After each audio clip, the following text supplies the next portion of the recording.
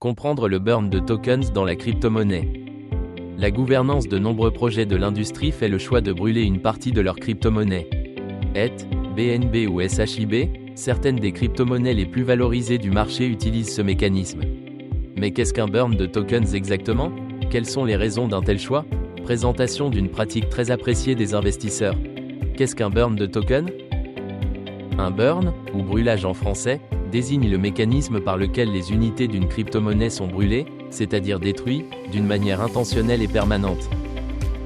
Par conséquent, un burn réduit l'offre en circulation de la crypto-monnaie puisque le nombre total de tokens disponibles diminue.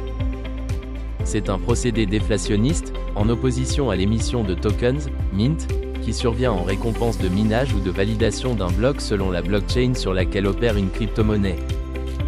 Un burn n'implique pas littéralement la destruction de tokens, ce n'est qu'au sens figuré. En effet, concrètement, le procédé par lequel les tokens sont brûlés consiste à les envoyer sur un dead wallet. La particularité d'un tel portefeuille tient en l'absence de clé privée, ce qui signifie qu'il est impossible d'y avoir accès et qu'il sera donc pour toujours inactif. Une fois les tokens envoyés sur un dead wallet, il est impossible de les récupérer.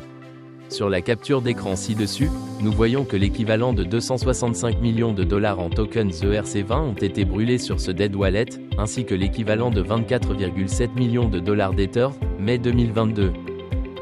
Si une comparaison est nécessaire, il suffit de s'imaginer verrouiller de l'argent en espèces dans un coffre-fort ne possédant pas de code d'accès dès sa conception, le rendant impossible à déverrouiller.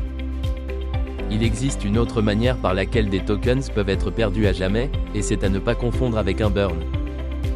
Il s'agit d'erreurs humaines, en effet, si l'on se trompe d'adresse lorsque nous tentons d'envoyer des fonds ou si nous perdons l'accès d'un portefeuille, ces tokens seront perdus à jamais, même si le nombre de tokens en circulation ne baissera pas officiellement. La raison la plus courante derrière un burn de tokens est l'augmentation de la rareté de l'actif en question. Cela trouve son origine dans la loi de l'offre et de la demande. Plus l'offre d'un actif est réduite, plus celui-ci possède de la valeur de par sa rareté, et d'autant plus si combiné à une demande conséquente. Ainsi, brûler des tokens permet de réduire l'offre en circulation, et donc augmenter sa rareté, ce qui a des chances d'en augmenter sa valeur, et donc son cours, dans l'hypothèse où la demande reste la même avant et après le burn.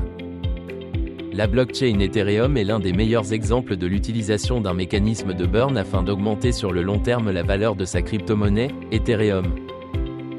De son lancement en 2015 jusqu'à 2021, la blockchain Ethereum ne possédait aucun moyen de brûler les ETH. Cela a changé le 5 août 2021 avec l'Ethereum Improvement Proposals 1559, EIP 1559. Cette mise à jour de la blockchain a changé la manière dont les frais de transaction étaient collectés. Pour faire simple, une partie des frais de transaction payés lors d'un transfert sur la blockchain Ethereum sont, depuis l'EIP 1559, brûlés. Envoyés automatiquement vers un dead wallet, ces ETH sont donc mis hors de circulation. Ce changement intervient pour ralentir la croissance de l'offre en circulation de l'ETH, qui possède une inflation annuelle moyenne de 4,5% et qui est surtout illimitée. Aide une personne à ton tour et partage cette vidéo. Abonne-toi et rejoins Zen Tech Coach. Scanne mon QR code et rejoins ma communauté connectée vers l'avenir.